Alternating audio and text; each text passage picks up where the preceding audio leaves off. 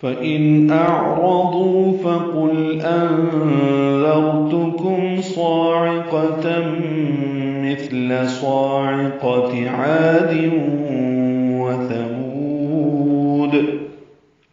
فا کو جلدی سے پڑھیں گے، حمزہ کو نون سے ملائیں گے، ان میں اظہار ہو رہا ہے، نون ساکن کے بعد حمزہ آ رہا ہے، اظہار حلقی ہے۔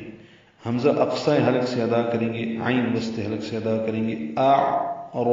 را پر ہے، ضاد میں ضاد پر ہے اور یہ دو واو مدہ ہے۔ اعرضو، عین ساکن پہ اظہار ہے اور دو واو مدہ ہے۔ فقل میں فا کو پھر جلدی سے پڑھنا ہے، قاف پر لام ساکن پہ اظہار، یعنی قلقلہ نہ ہو۔ فقل یہ کہنا غلط ہے، لام پہ قلقلہ نہیں ہوتا اس لیے اظہار۔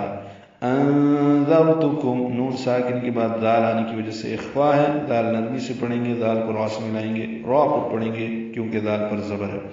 تا کو جلدی اور معروف طریقے سے پڑھیں گے، کاف باریک ہے اور اس کو میم سے ملائیں گے۔ انذرتکم، صاعقہ میں صاد پر ہے، اس کا کھڑا زبر بھی پر ہے، دو حرکات لمبا کریں گے، عین وسط حلق سے ادا کریں گے، قاف پر پڑھیں گے، تنوین کے بعد میم آنے کی وجہ سے ادغام ہے، صاعقۃ، یہ ادغام ناقص ہے، غننے کے ساتھ ادا ہوگا۔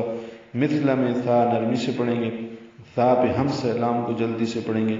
صاعقہ میں صاد پر، عین وسط حلق سے قاف پر، تا کے نیچے زیر آئی ہے، یہ دوسری مرتبہ لفظ آیا اس آیت میں، تا کو جلدی سے پڑھیں گے۔ عاد و ثمود، عارف مدہ ہے، دو حرکات لمبا ہے، تنوین کے بعد واو آنے کی وجہ سے ادغام ہے، غننے کے ساتھ واو کو جلدی سے پڑھیں گے، ثا کو نرمی سے پڑھیں گے۔ وثمود، پہلے عاد یہ غنہ ہے، وثمود میم کو لمبا کریں گے اور دال ساکن، وقفاً دال ساکن ہے تو اس پہ قلقلہ ہوگا، وثمود دال کو ہلائیں گے۔